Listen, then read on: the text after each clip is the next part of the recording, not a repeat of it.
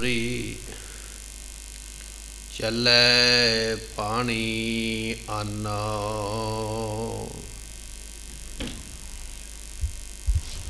ਸਾਡੇ ਤ੍ਰੈ ਮਨ ਦਿਓ ਹੋਰੀ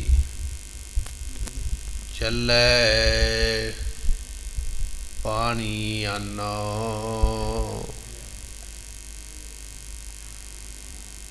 ਸਾਡੇ ਤ੍ਰੈ ਮਨ ਦੇ ਹੋਰੀ ਚੱਲੈ ਪਾਣੀ ਅੰਨ।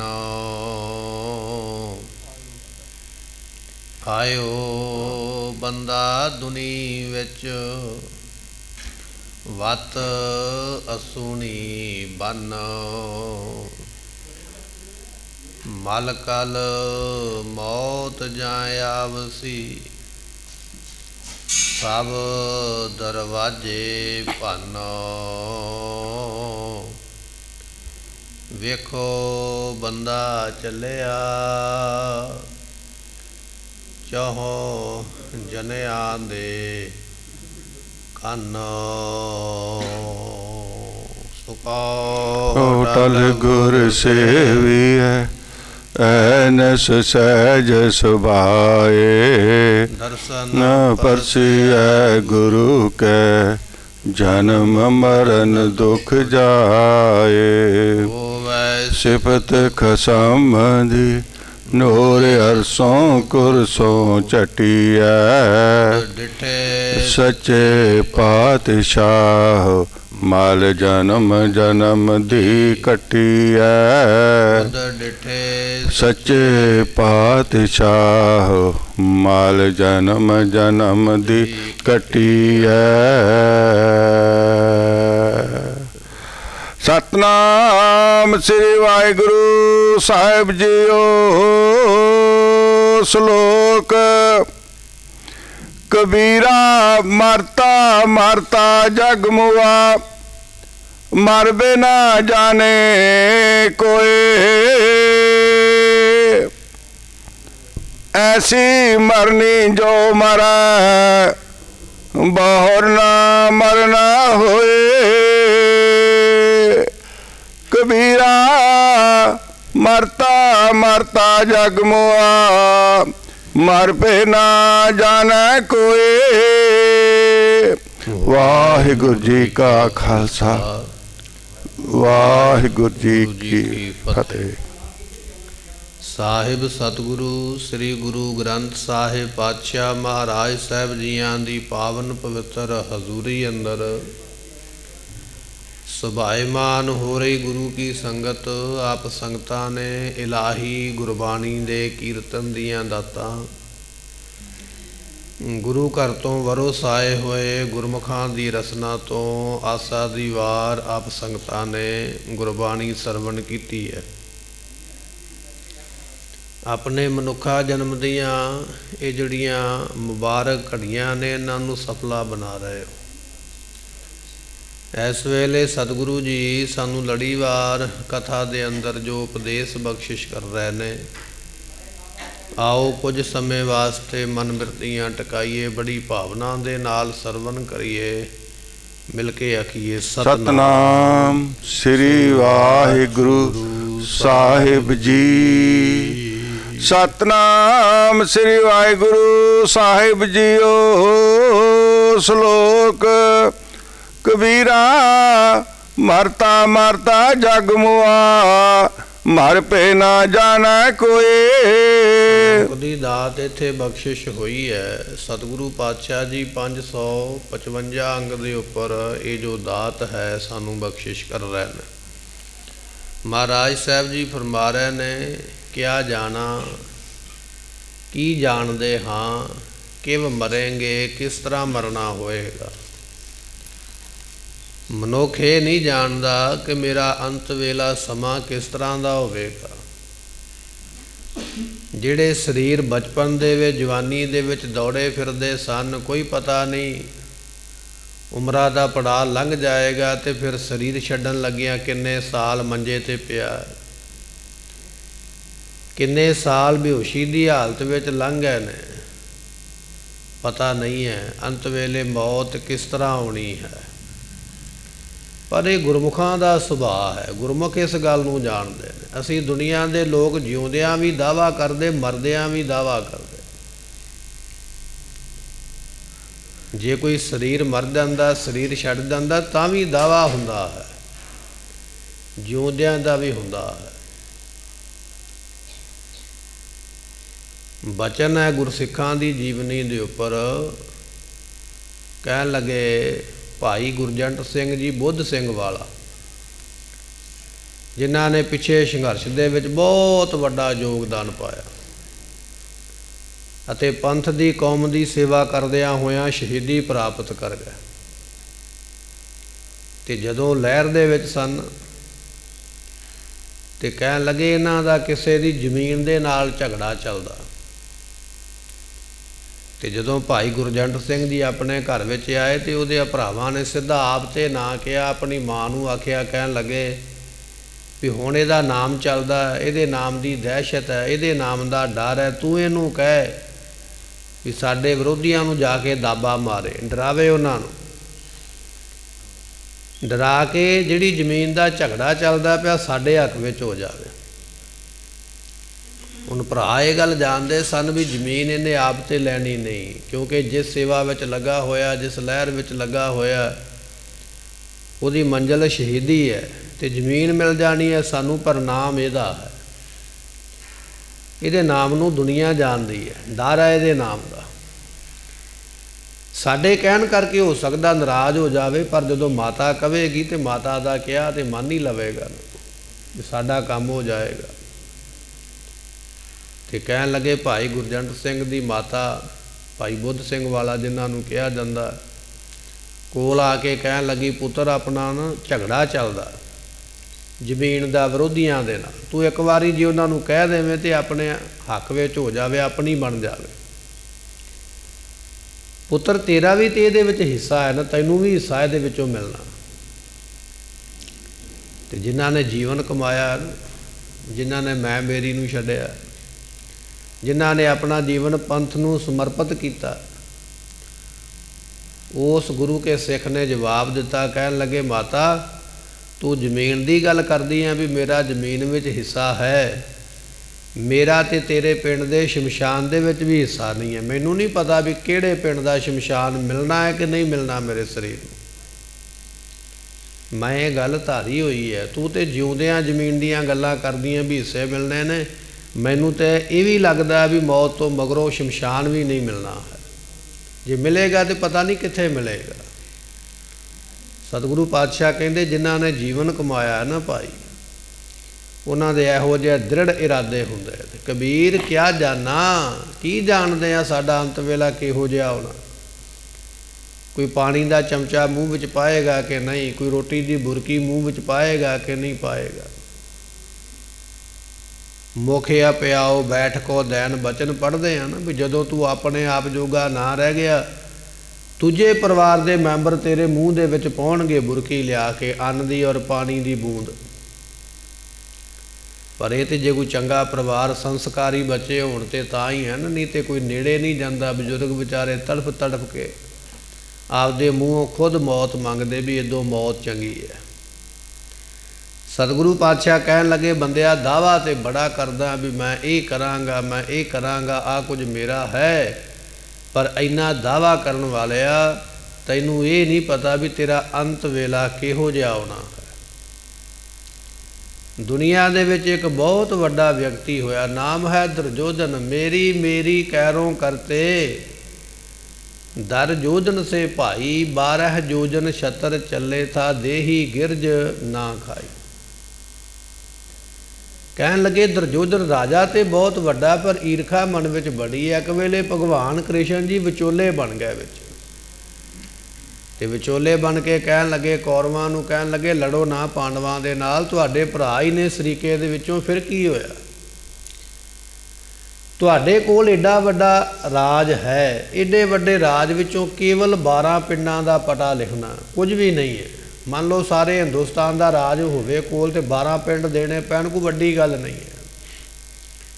ਭਗਵਾਨ ਜੀ ਕਹਿੰਦੇ ਮੈਂ ਵਿਚੋਲਾ ਹਾਂ, 12 ਪਿੰਡ ਇਹਨਾਂ ਨੂੰ ਦੇ ਦਿਓ, ਝਗੜਾ ਖਤਮ ਹੋ ਜਾਏਗਾ। ਤੁਸੀਂ ਆਪਣਾ ਰਾਜ ਕਰੋ, ਉਹ ਆਪਣਾ ਗੁਜ਼ਾਰਾ ਕਰ ਲੈਣਗੇ। ਪਰ ਜਦੋਂ ਮਾਣ ਹੋਵੇ ਨਾ, ਹੰਕਾਰ ਹੋਵੇ, ਤੇ ਉਹਨੇ ਜਵਾਬ ਦਿੱਤਾ, ਦੁਰਯੋਧਨ ਨੇ ਕਹਿਣ ਲੱਗਾ ਸੂਈ ਦੇ ਨੱਕੇ ਜਿੰਨੀ ਜਗ੍ਹਾ ਨਹੀਂ ਹੈ ਮੇਰੇ ਕੋਲ ਦੇਣ ਨੂੰ, 12 ਪਿੰਡ ਤੇ ਦੂਰ ਦੀ ਗੱਲ। ਫਿਰ ਕੀ ਹੋਇਆ? ਫਿਰ ਮਹਾਂਭਾਰਤ ਦਾ ਜੰਗ ਹੋਇਆ, ਤੇ ਜੰਗ ਦੇ ਵਿੱਚ ਬਹੁਤੀਆਂ ਫੌਜਾਂ ਮਰੀਆਂ, ਦੁਰਯੋਧਨ ਆਪ ਵੀ ਮਰਿਆ ਇਸੇ ਜੰਗ ਦੇ ਵਿੱਚ। ਜਿਹੜਾ ਕਹਿੰਦਾ ਸੀ ਨਾ ਵੀ ਮੈਂ ਸੂਈ ਦੇ ਨੱਕੇ ਜਿੰਨੀ ਜਗ੍ਹਾ ਨਹੀਂ ਦੇਣੀ, ਰਾਜ ਮੇਰਾ ਹੈ, ਸ਼ਮਸ਼ਾਨ ਦੇ ਵਿੱਚ ਡਿੱਗਾ ਪਿਆ, ਰਣ ਭੂਮੀ ਦੇ ਵਿੱਚ ਅੱਜ ਡਿੱਗਾ ਪਿਆ, ਪਰ ਸ਼ਮਸ਼ਾਨ ਪ੍ਰਾਪਤ ਨਹੀਂ ਹੁੰਦਾ ਪਿਆ। ਕੋਈ ਰਹਿ ਹੀ ਨਹੀਂ ਗਿਆ ਮਗਰੋਂ ਜਿਹੜਾ ਇਹਨੂੰ ਸ਼ਮਸ਼ਾਨ ਦੀ ਪ੍ਰਾਪਤੀ ਕਰਵਾਵੇ। ਤੇ ਕਹਿਣ ਲੱਗੇ ਇਸ ਏਡੇ ਵੱਡੇ ਰਾਜੇ ਦੀ ਲਾਸ਼ ਜਿਹੜੀ ਹੈ ਨਾ ਰਣ ਭੂਮੀ ਦੇ ਵਿੱਚ ਹੀ ਪਈ ਰਹੀ, ਚੁੱਕਣੀ ਕੋਈ ਨਹੀਂ ਹੈ। ਕਿੱਥੇ ਕਹਿੰਦਾ ਸੀ ਵੀ ਸਾਰੇ ਦੇਸ਼ ਦਾ ਮਾਲਕ ਮੈਂ ਹਾਂ, ਮੈਂ ਸੂਈ ਦੇ ਨੱਕੇ ਜਿੰਨੀ ਜਗ੍ਹਾ ਨਹੀਂ ਦੇਵਾਂਗਾ। ਤੇ ਕਿੱਥੇ ਅੱਜ ਆਪਣੇ ਤਨ ਨੂੰ ਕਬਰ ਨਹੀਂ ਮਿਲੀ, ਆਪਣੇ ਤਨ ਨੂੰ ਸੰਸਕਾਰ ਨਹੀਂ ਮਿਲਿਆ, 4 ਲੱਕੜਾਂ ਨਹੀਂ ਮਿਲੀਆਂ, 2 ਫੁੱਟ ਜਗ੍ਹਾ ਨਹੀਂ ਮਿਲੀ ਹੈ। ਹੁਣ ਦੁਰਯੋਧਨ ਤੋਂ ਵੱਡਾ ਦਾਵਾ ਕੀ ਕਰ ਲਵੇਗਾ ਜਿਹੜਾ ਕਹਿੰਦਾ ਬਸ ਸਾਰੇ ਦੇਸ਼ ਦਾ ਮਾਲਕ। ਦੇਸ਼ ਦੇ ਮਾਲਕ ਨੂੰ ਜਗ੍ਹਾ ਨਹੀਂ ਮਿਲੀ, ਤੈਨੂੰ ਕਿਵੇਂ ਪ੍ਰਾਪਤ ਹੋਵੇ? ਕਬੀਰ ਕਿਆ ਜਾਣਾ ਕਿ ਵ ਮਰੇਂਗੇ, ਕੀ ਜਾਣਦੇ ਆ ਮੇਰਾ ਕਿ ਤੁਹਾਡਾ, ਸਾਡੇ ਪਰਿਵਾਰਾਂ ਦਾ, ਮੈਂਬਰਾਂ ਦਾ ਅੰਤ ਵੇਲਾ ਕਿਹੋ ਜਿਹਾ ਹੋਣਾ ਹੈ? ਕੋਈ ਨਹੀਂ ਜਾਣਦਾ ਇਸ ਗੱਲ ਨੂੰ, ਨਾ ਹੀ ਕੋਈ ਕਹਿ ਸਕਦਾ ਹੈ ਵੀ ਮੈਂ ਜਾਣਦਾ। ਕਿਆ ਜਾਣਾ, ਕੀ ਜਾਣਦੇ ਹਾਂ, ਕਿਵੇਂ ਮਰੇਂਗੇ, ਕਿਵੇਂ ਮਰਾਂਗੇ, ਕੈਸਾ ਮਰਨਾ ਹੋਏ, ਮਰਨਾ ਕਿਸ ਤਰ੍ਹਾਂ ਦਾ ਹੋਵੇਗਾ ਅੰਤ ਵੇਲੇ, ਇਸ ਗੱਲ ਨੂੰ ਕੋਈ ਜਾਣਦਾ ਨਹੀਂ ਹੈ। ਸ਼ਲੋਕ ਕਬੀਰਾ ਮਰਤਾ ਮਰਤਾ ਜਗ ਮੁਆ, ਮਰ ਭੇ ਨਾ ਜਾਣੈ ਕੋਏ। ਪਾਤਸ਼ਾਹ ਮਹਾਰਾਜ ਕਹਿਣ ਲੱਗੇ ਕਬੀਰ ਸਾਹਿਬ ਦੀ ਰਸਨਾ ਤੋਂ, ਕਹਿੰਦੇ ਮਰਦਿਆਂ ਮਰਦਿਆਂ ਸਾਰਾ ਸੰਸਾਰ ਹੀ ਮਰਦਾ ਜਾ ਰਿਹਾ। ਸੰਸਾਰ ਦੇ ਵਹਾਅ ਦੇ ਵਿੱਚ ਸਾਰੇ ਹੀ ਰੁੜਦੇ ਜਾ ਰਹੇ ਨੇ, ਮਰਦੇ ਜਾ ਰਹੇ ਨੇ, ਪਰ ਮਰ ਭੇ ਨਾ ਜਾਣਿਆ ਕੋਏ, ਮਰ ਭੇ ਨਾ ਜਾਣੈ ਕੋਏ। ਅਸਲ ਦੇ ਵਿੱਚ ਮਰਨਾ ਕਿਸੇ ਨੇ ਜਾਣਿਆ ਹੀ ਨਹੀਂ ਹੈ। ਜਿਹੜਾ ਜੀਵਤ ਭਾਵ ਤੋਂ ਮਰਨਾ ਸੀ ਉਹ ਨਹੀਂ ਜਾਣਿਆ। ਸਤਿਗੁਰੂ ਪਾਤਸ਼ਾਹ ਮਹਾਰਾਜ ਜੀ ਗੁਰੂ ਅੰਗਦ ਸਾਹਿਬ ਜੀਆਂ ਦੇ ਕੋਲ ਇੱਕ ਸਿੱਖ ਆਇਆ ਨਾ, ਮਹਾਰਾਜ ਉਪਦੇਸ਼ ਦਿਓ। ਮਹਾਰਾਜ ਕਹਿੰਦੇ ਮੁਰਦਾ ਹੋ ਜਾ। ਭਾਵ ਇਹ ਸੀ ਵੀ ਜਿਵੇਂ ਮੁਰਦੇ ਨੂੰ ਕਬਰ ਵਿੱਚ ਲੁਟਾਇਆ ਜਾਂਦਾ ਹੈ, ਉਹਨੂੰ ਟੇਢਾ, ਉਹਨੂੰ ਸਿੱਧਾ, ਉਹਨੂੰ ਵਿੰਗਾ ਜਿਵੇਂ ਮਰਜ਼ੀ ਕਿਸੇ ਨੇ ਪਾ ਦਿੱਤਾ। ਮੁਰਦੇ ਨੇ ਕਦੇ ਨਹੀਂ ਕਬਰ 'ਚ ਉੱਠ ਕੇ ਆਖਿਆ ਵੀ ਮੈਂ ਵਿੰਗਾ ਹਾਂ, ਮੈਨੂੰ ਸਿੱਧਾ ਕਰੋ, ਮੈਨੂੰ ਗਰਮੀ ਲੱਗਦੀ ਹੈ, ਮੈਨੂੰ ਠੰਡ ਲੱਗਦੀ ਹੈ, ਮੈਨੂੰ ਭੁੱਖ ਲੱਗੀ ਹੈ, ਮੈਨੂੰ ਪਿਆਸ ਲੱਗੀ ਹੈ, ਮੈਨੂੰ ਕਿਸੇ ਦੀ ਯਾਦ ਆਉਂਦੀ ਹੈ। ਮੁਰਦੇ ਨੇ ਕਦੇ ਨਹੀਂ ਕਬਰ ਵਿੱਚ ਉੱਠ ਕੇ ਆਖਿਆ। ਮਹਾਰਾਜ ਦਾ ਉਪਦੇਸ਼ ਇਹ ਸੀ ਵੀ ਮੁਰਦੇ ਦੀ ਨਿਆਈ ਆਪਣੇ ਆਪ ਨੂੰ ਜਾਣ, ਜੋ ਰੱਬ ਕਰਦਾ ਪਿਆ ਉਹ ਤੇ ਸ਼ੁਕਰ ਕਰ, ਪਰ ਤਮੰਨਾ ਨਾ ਰੱਖ ਵੀ ਮੈਨੂੰ ਆ ਨਹੀਂ ਮਿਲਿਆ। ਗੁਰੂ ਦੇ ਹੁਕਮ ਤੇ ਚੱਲ, ਤੇਰਾ ਭਲਾ ਹੋ ਜਾਏਗਾ। ਸਤਿਗੁਰੂ ਪਾਤਸ਼ਾਹ ਫਰਮਾ ਰਹੇ ਨੇ ਕਬੀਰ ਮਰਤਾ ਮਰਤਾ ਜਗ ਮੂਆ, ਸਾਰਾ ਸੰਸਾਰ ਮਰਦਿਆਂ ਮਰਦਿਆਂ ਮਰਦਾ ਜਾ ਰਿਹਾ। ਫਰੀਦਾ ਕਿੱਥੇ ਤੈਂਡੇ ਮਾਪਿਓ, ਜਿੰਨੀ ਤੂੰ ਜਨਿਓਹੇ, ਤੈ ਪਾਸੋਂ ਉਹ ਲੱਦ ਗਿਆ, ਤੂੰ ਅਜੇ ਨਾ ਪਤੀ ਨਿਓਹੇ। ਦਾਦੇ ਸਨ, ਪੜਦਾਦੇ ਸਨ, ਲੱਕੜ ਦਾਦੇ ਸਨ, ਜਿਸ ਰਸਤੇ ਉਹ ਚਲੇ ਗਿਆ ਉਸ ਰਸਤੇ ਪੋਤਰੇ ਵੀ ਜਾਣਗੇ, ਪੜਪੋਤਰੇ ਵੀ ਜਾਣਗੇ। ਸਾਰਾ ਸੰਸਾਰ ਮਰਦਿਆਂ ਮਰਦਾ ਜਾ ਰਿਹਾ, ਪਰ ਅਸਲ ਵਿੱਚ ਜੀਵਤ ਭਾਵ ਤੋਂ ਮਰਨਾ, ਗੁਰੂ ਦੇ ਹੁਕਮ ਦੇ ਵਿੱਚ ਮਰਨਾ, ਆਪਣੀਆਂ ਇਛਾਵਾਂ ਮਾਰਨੀਆਂ, ਆਪਣੇ ਫੁਰਨੇ ਮਾਰਨੇ, ਇਹ ਕਿਸੇ ਵਿਰਨੇ ਨੇ ਜਾਣਿਆ ਹੈ। ਸਾਰੇ ਇਸ ਗੱਲ ਨੂੰ ਨਹੀਂ ਜਾਣ ਸਕੇ ਹਨ।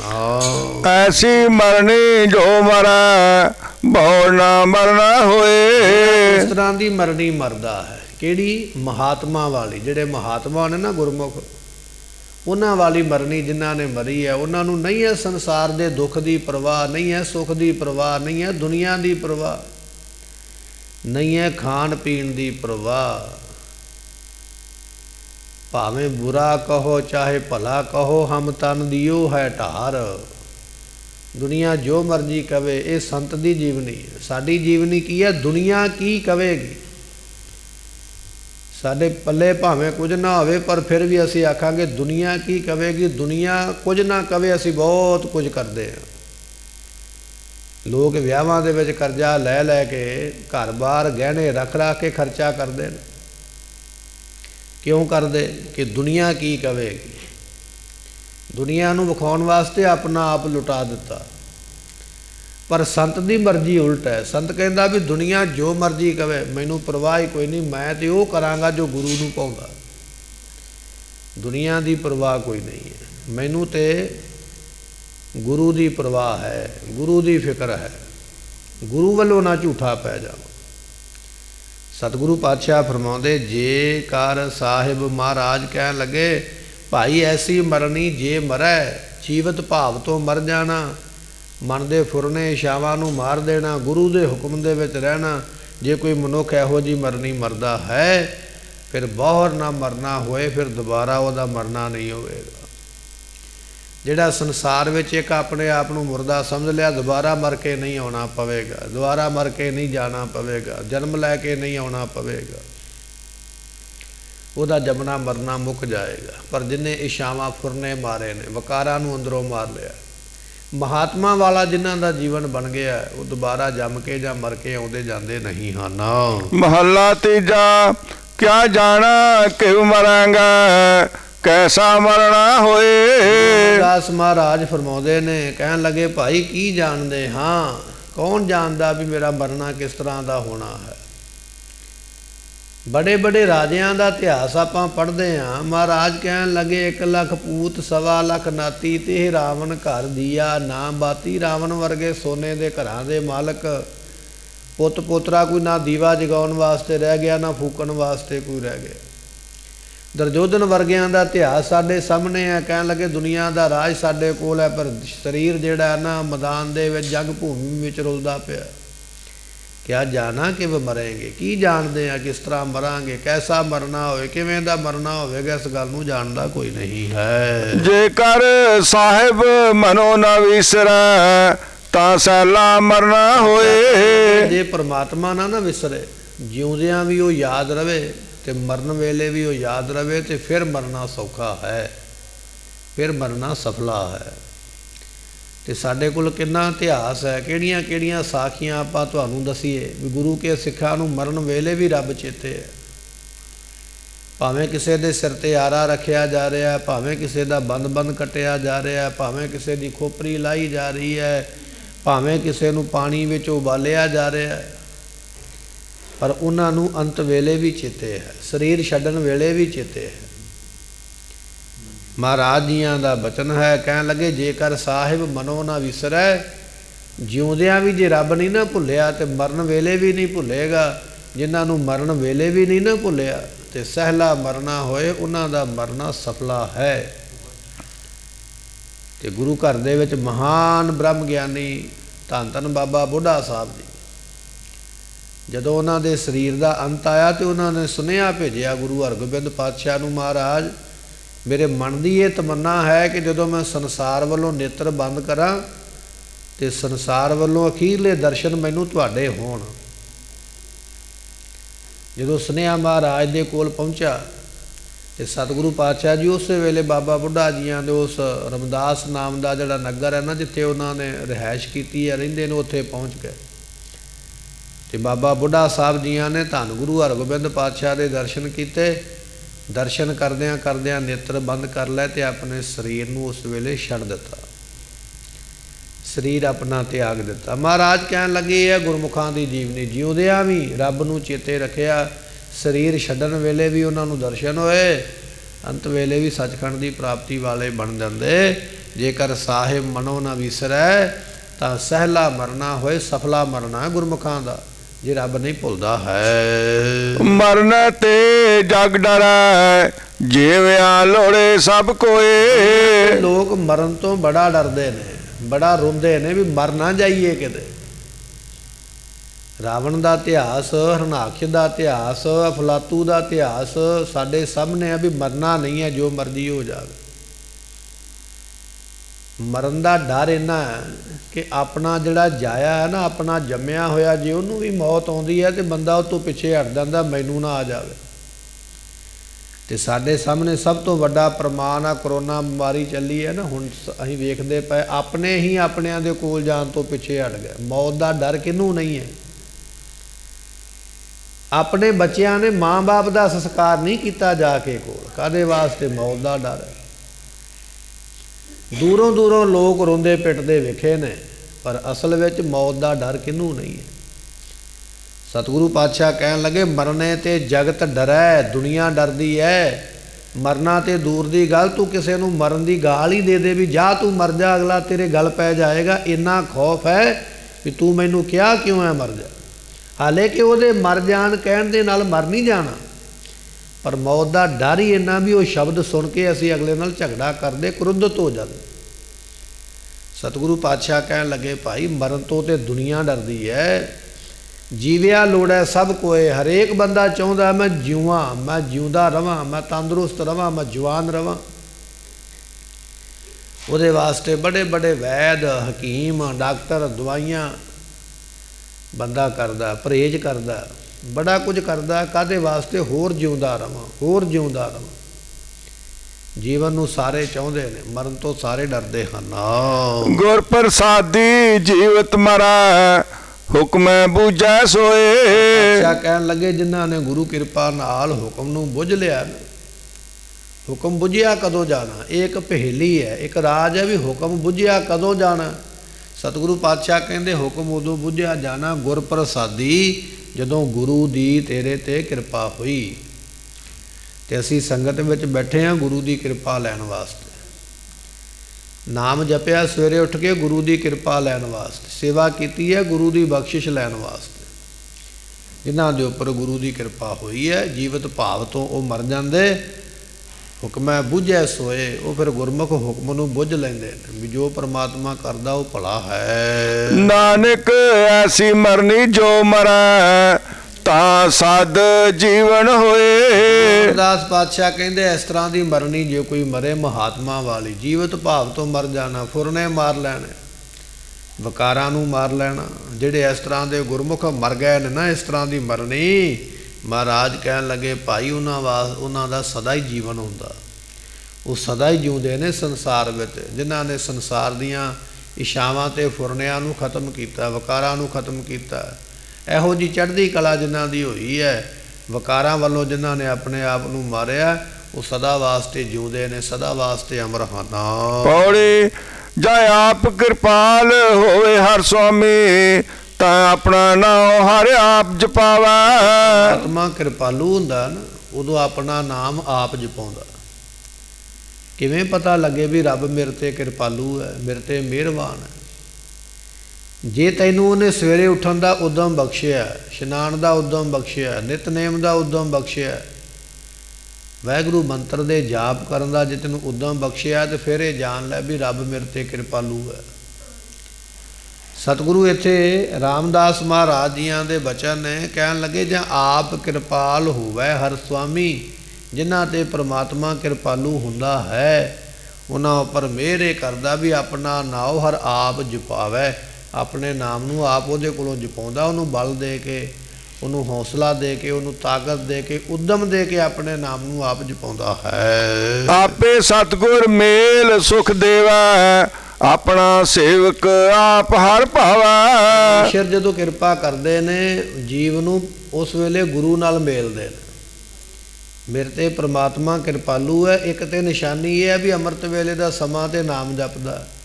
ਦੂਜੀ ਨਿਸ਼ਾਨੀ ਇਹ ਹੈ ਵੀ ਅਕਾਲ ਪੁਰਖ ਜੀ ਉਹਨੂੰ ਗੁਰੂ ਨਾਲ ਮਿਲਦੇ ਨੇ, ਕਿਉਂਕਿ ਇਹ ਤੇ ਗੁਰੂ ਦਾ ਉਪਦੇਸ਼ ਹੈ ਨਾ ਵੀ ਤੜਕੇ ਉੱਠ ਤੇ ਨਾਮ ਜਪ।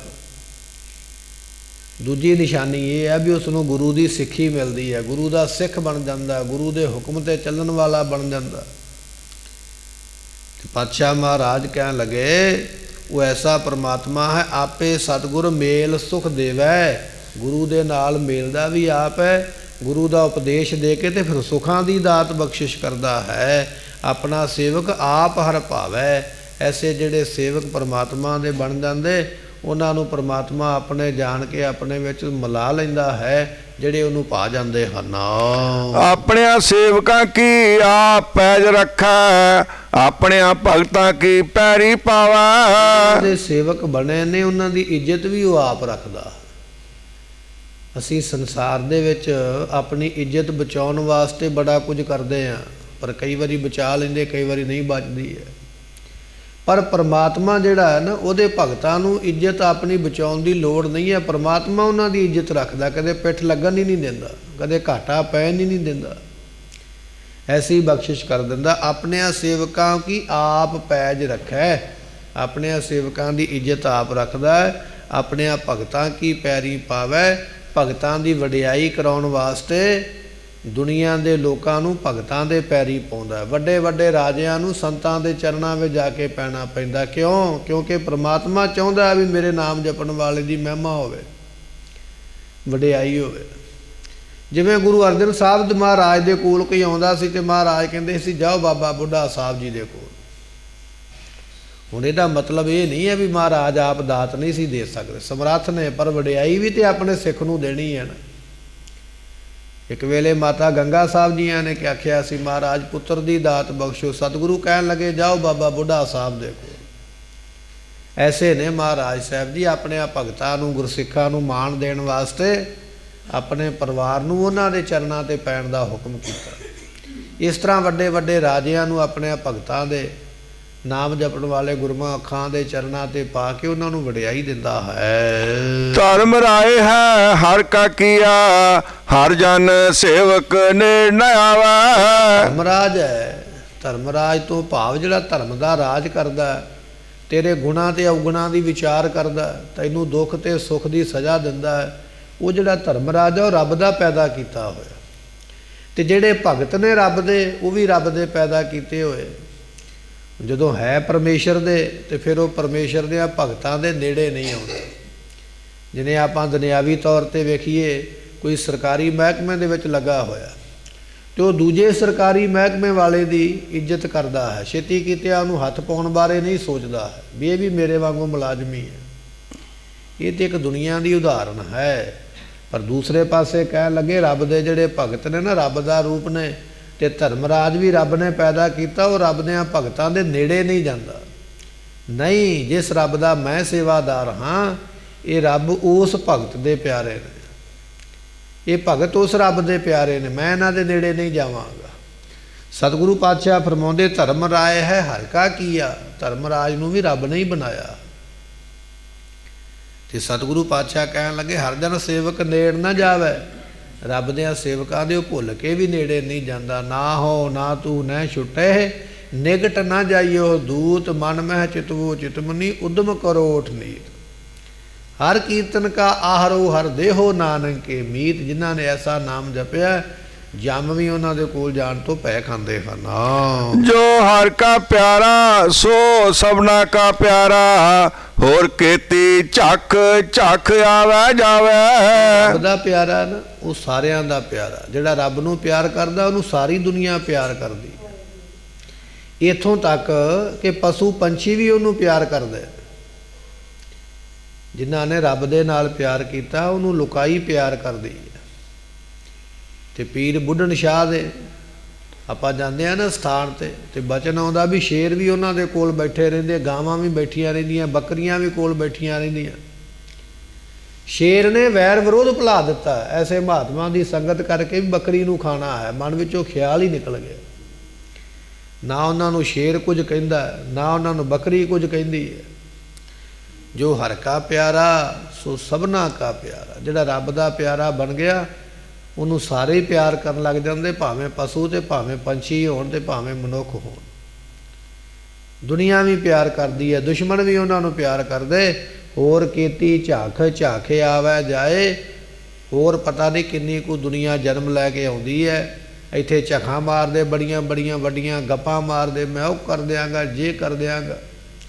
ਮਰ ਕੇ ਚਲੇ ਗਏ, ਅੱਗੇ ਫਿਰ ਜਨਮ ਮਿਲ ਗਿਆ, ਫਿਰ ਝਖਾਂ ਮਾਰੀਆਂ, ਫਿਰ ਮਰ ਕੇ ਗਏ। ਪਤਾ ਨਹੀਂ ਝਖਾਂ ਮਾਰਦੇ ਮਾਰਦੇ ਕਿੰਨੇ ਜਨਮਾਂ ਵਿੱਚ ਆਏ, ਕਿੰਨੇ ਜਨਮਾਂ 'ਚੋਂ ਮਰ ਕੇ ਤੁਰ ਗਏ ਹਨ। ਸ਼ਲੋਕ ਮਹਲਾ ਤੀਜਾ। ਰਾਮ ਰਾਮ ਕਰਤਾ ਸਭ ਜਗ ਫਿਰੈ, ਰਾਮ ਨਾ ਪਾਇਆ ਜਾਏ। ਪਾਤਸ਼ਾਹ ਕਹਿਣ ਲੱਗੇ ਦੁਨੀਆ ਦੇ ਲੋਕ ਨਾ ਪਖੰਡ ਦੇ ਵਿੱਚ ਰਾਮ ਰਾਮ ਤੇ ਬੜਾ ਕਹਿੰਦੇ, ਵਿਖਾਵੇ ਵਾਲਾ। ਕਈਆਂ ਲੋਕਾਂ ਨੇ ਹੱਥ ਵਿੱਚ ਮਾਲਾ ਫੜੀ ਹੁੰਦੀ ਹੈ, ਪਹਿਲਾਂ ਗੱਪਾਂ ਮਾਰੀ ਜਾਣਗੇ, ਜਦੋਂ ਕੋਈ ਕੋਲ ਆ ਗਿਆ ਝਾਟੀ ਉਹਨੂੰ ਫੇਰਨ ਲੱਗ ਪੈਣਗੇ ਵੀ ਮੈਂ ਤੇ ਬੜਾ ਭਜਨੀਕ ਹਾਂ। ਬੈਠੇ ਮਨ ਵਿੱਚ ਸੋਚਦੇ ਕੁਝ ਨੇ, ਮਾੜਾ ਸੋਚਦੇ, ਕੋਈ ਚੰਗਾ ਸੋਚਦੇ। ਜਦੋਂ ਕਿਸੇ ਨੂੰ ਵੇਖ ਲਿਆ ਉੱਚੀ ਸਾਰੀ ਸੁਖਮਨੀ ਸਾਹਿਬ ਦੀ ਪੰਕਤੀ ਪੜ੍ਹ ਦੇਣੀ ਹੈ ਵੀ ਮੈਂ ਤੇ ਬਾਣੀ ਪੜ੍ਹਦਾ ਪਿਆ। ਜਾਂ ਦੁਨੀਆ ਨੂੰ ਵਿਖਾ ਕੇ ਵੀ ਮੈਂ, ਦੁਨੀਆ ਨੂੰ ਪਤਾ ਲੱਗੇ ਵੀ ਤੜਕੇ ਉੱਠਦਾ ਮੈਂ ਨਾਮ ਜਪਦਾ। ਮਹਾਰਾਜ ਕਹਿਣ ਲੱਗੇ ਭਾਈ ਜਿਹੜਾ ਵਿਖਾਵੇ ਦੇ ਵਿੱਚ ਨਾਮ ਜਪਿਆ ਨਾ, ਵਿਖਾ ਕੇ ਪਖੰਡ ਕਰਕੇ, ਰਾਮ ਰਾਮ ਕਰਤਾ ਸਭ ਜਗ ਫਿਰੈ, ਇਹੋ ਜਿਹੇ ਪਖੰਡੀ ਲੋਕ ਸਾਰੇ ਸੰਸਾਰ ਵਿੱਚ ਹੀ ਨੇ। ਜਿਹੜੇ ਵਿਖਾਵੇ ਦਾ ਨਾਮ ਜਪਦੇ ਨੇ ਵੀ ਦੁਨੀਆ ਵੇਖੇ ਮੈਂ ਸਮਾਧੀ ਲਾਈ ਹੋਈ ਹੈ। ਸਤਿਗੁਰੂ ਪਾਤਸ਼ਾਹ ਕਹਿੰਦੇ ਰਾਮ ਨਾ ਪਾਇਆ ਜਾਏ, ਇਵੇਂ ਨਹੀਂ ਰੱਬ ਮਿਲਣਾ। ਉਹਨੂੰ ਪਤਾ ਹੈ ਵੀ ਤੂੰ ਕਿੰਨਾ ਕੁ ਚਲਾਕ ਹੈ, ਤੂੰ ਕਿੰਨਾ ਕੁ ਚੁਸਤ ਹੈ, ਤੂੰ ਕੀ ਕਰਦਾ ਪਿਆ, ਕਿਹਨੂੰ ਦਿਖਾਉਂਦਾ ਪਿਆ।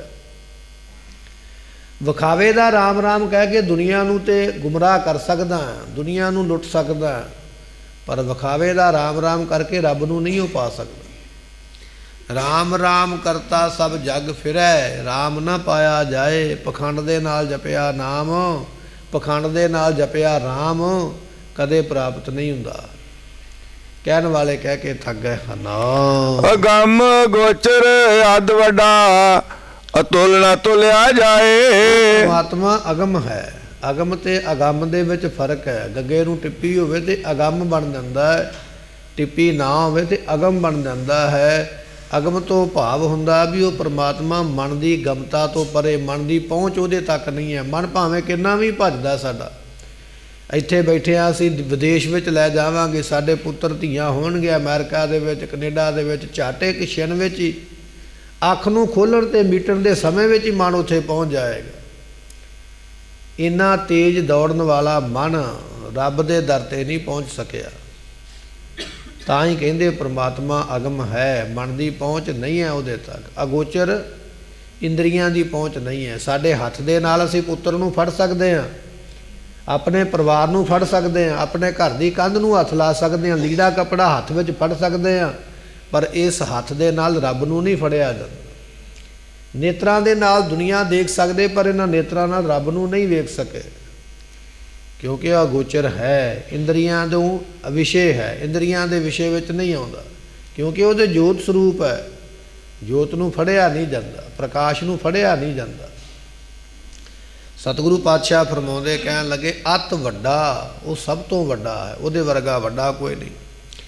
ਅਤੁੱਲ, ਫਿਰ ਉਹਨੂੰ ਤੋਲਿਆ ਨਹੀਂ ਜਾ ਸਕਦਾ। ਦੁਨੀਆ ਦਾ ਕੋਈ ਵੀ ਕੰਡਾ, ਕੋਈ ਵੀ ਤਕੜੀ ਜਾਂ ਵਟਾ, ਕੋਈ ਵੀ ਮਸ਼ੀਨ ਭਾਰ ਤੋਲਣ ਵਾਲੀ ਤੋਲ ਨਹੀਂ ਸਕਦੀ ਹੈ। ਨਾ ਤੁਲਿਆ ਜਾਏ, ਨਾ ਉਹਨੂੰ ਕੋਈ ਤੋਲ ਸਕਿਆ, ਨਾ ਤੋਲੇਗਾ, ਐਸਾ ਉਹ ਪਰਮਾਤਮਾ ਹੈ। ਕੀਮਤ ਕਿਨੈ ਨਾ ਪਾਈਆ, ਕਿਤੈ ਨਾ ਲਿਆ ਜਾਏ। ਪਰਮਾਤਮਾ ਦੀ ਕਿਸੇ ਨੇ ਕੀਮਤ ਨਹੀਂ ਪਾਈ ਹੈ। ਕੀਮਤ ਕਿਨੇ ਨਾ ਪਾਈਆ, ਉਸ ਪਰਮਾਤਮਾ ਦੀ ਕੀਮਤ ਨਹੀਂ ਪਾਈ। ਵੱਡੇ ਵੱਡੇ ਮਾਇਆ ਧਾਰੀ ਸੰਸਾਰ ਵਿੱਚ ਹੀਰੇ ਮੋਤੀਆਂ ਦਾ ਵਪਾਰ ਕਰਨ ਵਾਲੇ, ਸੋਨੇ ਚਾਂਦੀ ਦਾ ਵਪਾਰ ਕਰਨ ਵਾਲੇ ਜੌਹਰੀ ਤੁਰੇ ਫਿਰਦੇ ਨੇ। ਕਰੋੜਾਂਪਤੀ ਦੁਨੀਆ ਤੇ, ਅਰਬਾਂਪਤੀ ਦੁਨੀਆ ਤੇ ਲੋਕ ਨੇ, ਪਰ ਪਰਮਾਤਮਾ ਦੀ ਕਿਸੇ ਨੇ ਕੀਮਤ ਨਹੀਂ ਪਾਈ, ਮੁੱਲ ਨਹੀਂ ਪਾਇਆ ਵੀ ਰੱਬ ਇੰਨੇ ਦਾ ਹੋਵੇਗਾ। ਬਲਕਿ ਭਗਤਾਂ ਨੇ ਤੇ ਇਹ ਗੱਲ ਆਖੀ ਹੈ, ਕੰਚਨ ਸਿਉ ਪਾਈਐ ਨਹੀਂ ਤੋਲ, ਮਨ ਦੇ ਰਾਮ ਲਿਆ ਹੈ ਮੋਲ। ਦੁਨੀਆ ਦੇ ਲੋਕ ਤੇ ਤੋਲੇ ਜਾਣਗੇ, ਪਰ ਰੱਬ ਨੂੰ ਸੋਨੇ ਨਾਲ ਵੀ ਨਹੀਂ ਤੋਲਿਆ ਜਾ ਸਕਦਾ, ਉਹਨੂੰ ਮਨ ਦੇ ਕੇ ਪਾਇਆ ਜਾਂਦਾ ਹੈ। ਮਹਾਰਾਜ ਕਹਿਣ ਲੱਗੇ ਕੀਮਤ ਕਿਨੈ ਨਾ ਪਾਈਆ, ਦੁਨੀਆ ਵਿੱਚ ਕਿਸੇ ਨੇ ਵੀ ਰੱਬ ਦੀ ਕੀਮਤ ਨੂੰ ਪਾਇਆ ਨਹੀਂ, ਉਹਦੀ ਕੀਮਤ ਨਹੀਂ ਕੋਈ ਜਾਣ ਸਕਿਆ। ਕਿਤੇ ਨਾ ਲਿਆ ਜਾਏ, ਨਾ ਉਹ ਖਰੀਦਿਆ ਜਾਂਦਾ, ਨਾ ਉਹ ਕਿਸੇ ਜਗ੍ਹਾ ਤੇ ਛੱਡ ਕੇ ਜਾਂਦਾ ਹੈ। ਗੁਰ ਕਾ ਸ਼ਬਦ ਭੇਦਿਆ, ਇਨ ਬਿਦ ਵਸਿਆ ਮਨ ਆਏ। ਦਾਸ ਪਾਤਸ਼ਾਹ ਮਹਾਰਾਜ ਜੀਆਂ ਨੂੰ ਪੁੱਛਿਆ ਸਤਿਗੁਰੂ ਮਿਲੇਗਾ ਕਿਵੇਂ, ਤੇ ਮਹਾਰਾਜ ਕਹਿਣ ਲੱਗੇ ਭੇਦਿਆ। ਭੇਦਿਆ ਤੋਂ ਭਾਵ ਹੁੰਦਾ ਜਿਨ੍ਹਾਂ ਦਾ ਮਨ ਗੁਰੂ ਸ਼ਬਦ ਦੇ ਵਿੱਚ ਭੇਦਿਆ ਕਹੀਏ ਮਿਲਿਆ ਹੈ, ਜਿਨ੍ਹਾਂ ਦਾ ਮਨ ਗੁਰੂ ਸ਼ਬਦ ਨੂੰ ਮੰਨ ਗਿਆ, ਇਸ ਬਿਧ ਲਿਆ ਜਾਏ। ਇਸ ਤਰੀਕੇ ਨਾਲ ਰੱਬ ਨੂੰ ਪ੍ਰਾਪਤ ਕਰ ਸਕਦਾ। ਇੱਕੋ ਹੀ ਤਰੀਕਾ ਹੈ, ਤੇਰੇ ਮਨ ਦੇ ਵਿੱਚ ਗੁਰੂ ਦਾ ਸ਼ਬਦ ਦਾ ਭੇਦ ਹੋ ਜਾਵੇ, ਗੁਰੂ ਦਾ ਸ਼ਬਦ ਤੇਰੇ ਮਨ ਵਿੱਚ ਸਮਾ ਜਾਏ, ਤਾਂ ਉਹਨੇ ਪ੍ਰਾਪਤ ਹੋਣਾ, ਨਹੀਂ ਤੇ ਪ੍ਰਾਪਤ ਨਹੀਂ ਹੋਵੇਗਾ। ਗੁਰ ਕੈ ਸ਼ਬਦ ਭੇਦਿਆ, ਗੁਰੂ ਦਾ ਸ਼ਬਦ ਜਦੋਂ ਤੇਰੇ ਮਨ ਵਿੱਚ ਭਿੱਜ ਗਿਆ, ਤੇਰੇ ਅੰਦਰ ਘਰ ਕਰ ਗਿਆ, ਇਸ ਤਰੀਕੇ ਨਾਲ ਪਾ ਸਕਦਾ। ਫਿਰ ਫਰਮਾਉਂਦੇ ਹਨ, ਗੁਰ ਕੇ ਸ਼ਬਦ ਭੇਦਿਆ, ਇਨ ਬਿਦ ਵਸਿਆ ਮਨ ਆਏ। ਸਾਡਾ ਮਨ ਹੈ ਨਾ ਗੁਰਮੁਖੋ ਬੜਾ ਕਠੋਰ ਹੈ, ਪੱਥਰ ਦੇ ਵਾਂਗ ਬੜਾ ਸਖਤ ਹੈ ਸਾਡਾ ਮਨ। ਪਰ ਕਹਿਣ ਲੱਗੇ ਇਸ ਪੱਥਰ ਮਨ ਦੇ ਉੱਪਰ ਜਦੋਂ ਗੁਰੂ ਦੇ ਸ਼ਬਦ ਦਾ ਤੀਰ ਵੱਜਾ ਨਾ ਆ ਗਏ, ਤੇ ਫਿਰ ਇਹ ਸਾਡਾ ਪੱਥਰ ਮਨ ਵਿੰਨਿਆ ਜਾਏਗਾ। ਉਦੋਂ ਪਰਮਾਤਮਾ ਨੇ ਮਿਲਣਾ, ਜਦੋਂ ਗੁਰੂ ਦੇ ਸ਼ਬਦ ਨੇ ਚੋਟ ਮਾਰੀ ਨਾ ਆ ਗਏ, ਉਦੋਂ ਮਨ ਵਿੰਨਿਆ ਜਾਣਾ। ਪ੍ਰਾਪਤੀ ਉਦੋਂ ਹੋਣੀ ਹੈ ਜਿਨ੍ਹਾਂ ਦੇ ਉੱਪਰ ਗੁਰੂ ਦੇ ਸ਼ਬਦ ਨੇ ਚੋਟ ਮਾਰੀ ਹੈ। ਉਹ ਜਿਹੜੇ ਗੁਰਮੁਖ ਨੇ ਉਹ ਆ ਕੇ ਪ੍ਰਮਾਤਮਾ ਨੂੰ ਮਿਲੇ ਹਨ। ਨਾਨਕ ਆਪ ਅਮਿਓ ਹੈ, ਗੁਰ ਕਿਰਪਾ ਤੇ ਰਹਾ ਸਮਾਏ। ਪਰਮਾਤਮਾ ਅਮਿਓ ਕਹੀਏ ਵੀ ਮਾਂ ਬਾਪ ਤੋਂ ਬਿਨਾ ਹੈ।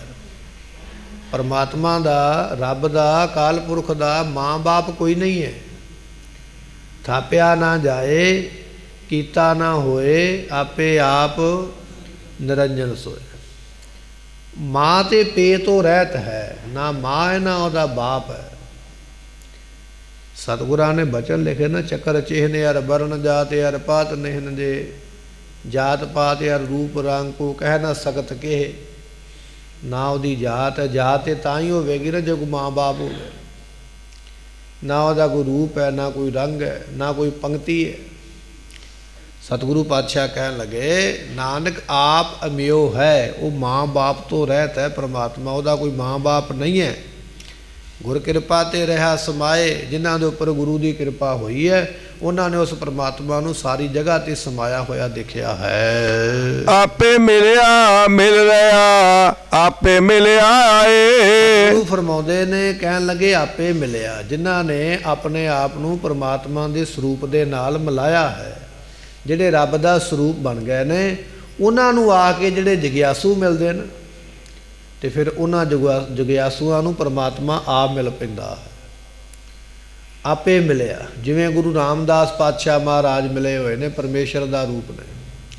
ਜਿਹੜੇ ਗੁਰੂ ਰਾਮਦਾਸ ਪਾਤਸ਼ਾਹ ਨੂੰ ਆ ਕੇ ਮਿਲਣਗੇ ਇੱਛਾ ਲੈ ਕੇ ਵੀ ਮਹਾਰਾਜ ਸਾਨੂੰ ਵੀ ਮਿਲਾ ਦਿਓ, ਕਹਿੰਦੇ ਉਹਨਾਂ ਨੂੰ ਪਰਮਾਤਮਾ ਆਪੇ ਹੀ ਮਿਲ ਜਾਏਗਾ, ਜਾਣ ਦੀ ਲੋੜ ਨਹੀਂ ਪੈਂਦੀ ਹੈ, ਐਸੀ ਪ੍ਰਾਪਤੀ ਹੁੰਦੀ ਹੈ। ਮਹੱਲਾ ਤੀਜਾ, ਇਹ ਮਨ ਇਹੋ ਧਨ ਨਾਮ ਹੈ, ਜਿਤ ਸਦਾ ਸਦਾ ਸੁਖ ਹੋਏ।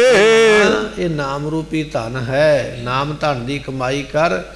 ਨਾਮ ਧਨ ਦੀ ਕਮਾਈ ਦੇ ਨਾਲ ਇਸ ਲੋਕ ਦੇ ਵਿੱਚ ਵੀ ਸੁਖ ਤੇ ਪਰਲੋਕ ਦੇ ਵਿੱਚ ਵੀ ਸਦਾ ਸੁਖ ਮਿਲਦਾ ਹੈ। ਟੋਟਾ ਮੂਲ ਨ ਆਵੇ, ਲਾਹਾ ਸਦ ਹੀ ਹੋਏ। ਜਬ ਕੇ ਕਦੇ ਘਾਟਾ ਨਹੀਂ ਪੈਂਦਾ। ਦੁਨੀਆ ਵਿੱਚ ਡਿਗਰੀਆਂ ਕਰਨ ਵਾਲੇ ਤੁਹਾਨੂੰ ਵਿਦਿਆਰਥੀ ਮਿਲ ਜਾਣਗੇ, ਬੜੇ ਬੜੇ ਤਜਰਬੇ ਉਹਨਾਂ ਦੇ ਕੋਲ ਹੋਣਗੇ, ਪਰ ਕੰਮ ਕਰਨ ਤੋਂ ਪਹਿਲਾਂ ਦਾਅਵਾ ਨਹੀਂ ਕਰਕੇ ਦੇਣਗੇ ਵੀ ਹਾਂ ਇਸ ਕੰਮ ਵਿੱਚ ਘਾਟਾ ਨਹੀਂ ਪਵੇਗਾ। ਪੈ ਵੀ ਜਾਂਦਾ। ਵੱਡੇ ਵੱਡੇ ਵਪਾਰੀ ਸੇਠ ਜਿਹੜੇ ਨੇ, ਆਉਣ ਵਾਲੇ ਸਮੇਂ ਨੂੰ ਦੱਸਣ ਵਾਲੇ, ਜਿਨ੍ਹਾਂ ਦੇ ਬੜੇ ਬੜੇ ਤਜਰਬੇ ਨੇ, ਘਾਟੇ ਤੇ ਉਹ ਵੀ ਖਾ ਗਏ। ਪਰ ਮਹਾਰਾਜ ਕਹਿਣ ਲੱਗੇ, ਭਾਈ ਨਾਮ ਜਪਣ ਦੇ ਵਿੱਚ ਕਦੇ ਘਾਟਾ ਨਹੀਂ ਪੈਂਦਾ ਹੈ, ਤੇ ਸਗੋਂ ਸਦਾ ਵਾਸਤੇ ਲਾਭ ਹੀ ਲਾਭ ਪ੍ਰਾਪਤ ਹੁੰਦਾ ਹੈ। ਖਾਦੇ ਖਰਚੀਏ ਟੋਟ ਨ ਆਵੇ, ਸਦਾ ਸਦਾ ਉਹ ਦੇ। ਪਰਮਾਤਮਾ ਦੇ ਨਾਮ ਨੂੰ ਖਾਧਾ, ਜਪਿਆ, ਖਰਚਿਆ ਤੋਂ ਭਾਵ ਦੂਜਿਆਂ ਨੂੰ ਜਪਾਇਆ। ਪਰਮਾਤਮਾ ਦਾ ਨਾਮ ਭਾਵੇਂ ਮੈਂ ਜਪਾਂ ਤਾਂ ਵੀ ਨਹੀਂ ਘਟੇਗਾ, ਪਰਮਾਤਮਾ ਦਾ ਨਾਮ ਮੈਂ ਤੁਹਾਨੂੰ ਜਪਾਵਾਂ ਤਾਂ ਵੀ ਨਹੀਂ ਘਟੇਗਾ, ਤੁਸੀਂ ਸਾਰੇ ਮਿਲ ਕੇ ਜਪੋ ਤਾਂ ਵੀ ਨਹੀਂ ਘਟੇਗਾ। ਖਾਧਾ ਖਰਚਿਆ ਟੋਟ ਨਾ ਆਵੇ, ਰੱਬ ਦੇ ਨਾਮ ਦਾ ਕਦੇ ਘਾਟਾ ਕਦੇ ਮੁੱਕਦਾ ਨਹੀਂ। ਜਿਵੇਂ ਦੁਨੀਆ ਦੇ ਵਿੱਚ ਹੁੰਦਾ ਨਾ ਵੀ 10 ਮੈਂਬਰ ਬਣਾ ਲਿਆ, ਹੁਣ 11ਵਾਂ ਨਹੀਂ ਬਣ ਸਕਦਾ, ਪਰ ਪਰਮਾਤਮਾ ਦੇ ਨਾਮ ਦੇ